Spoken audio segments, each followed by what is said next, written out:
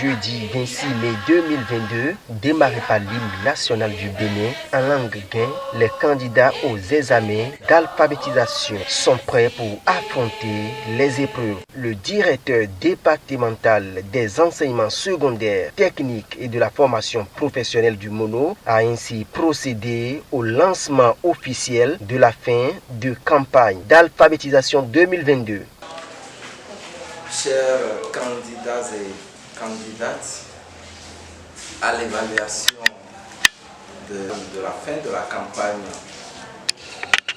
d'alphabétisation organisée par l'ONG Bourse, je voudrais vous remercier d'avoir répondu à notre invitation. Nous nous retrouvons ici dans le centre du CG1 commun pour procéder au lancement officiel de l'évaluation de la campagne 2022. Je vous souhaite à tous et à toutes bonne composition, bonne chance et tout se passera. Merci.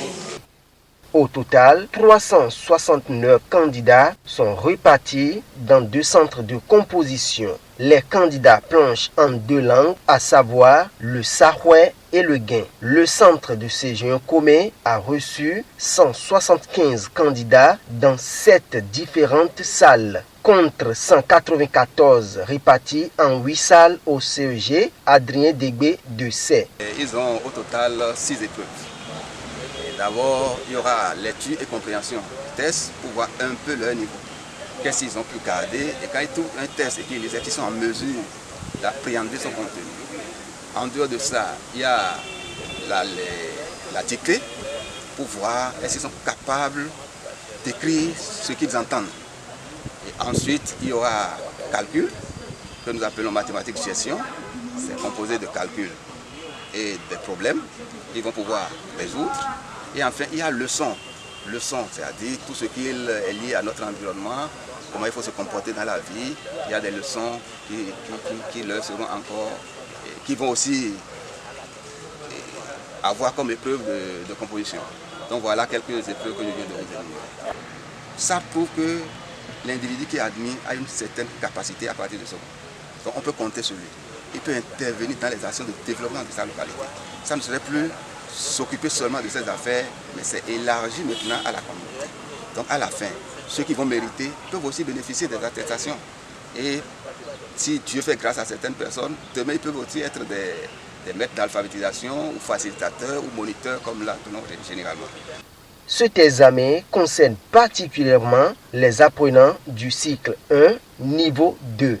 L'examen qui est organisé est un examen de cycle 1 et de niveau 2.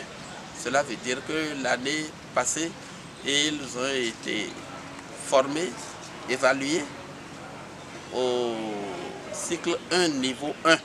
Et c'est ceux qui sont déclarés admissibles, ce sont eux qui ont suivi cette formation encore, c'est de 6 mois au moins, et qui sont venus suivre l'évaluation de ce jour. Il faut reconnaître que nos langues, comme le précise la Constitution, doivent être enseignées, doivent être parlées, doivent être utilisées comme moyen de communication. Cette cérémonie a connu la présence des personnalités politico-administratives. Précisons que ce projet d'alphabétisation a eu le financement de PNU Inter Live, exécuté par Bubdose ONG.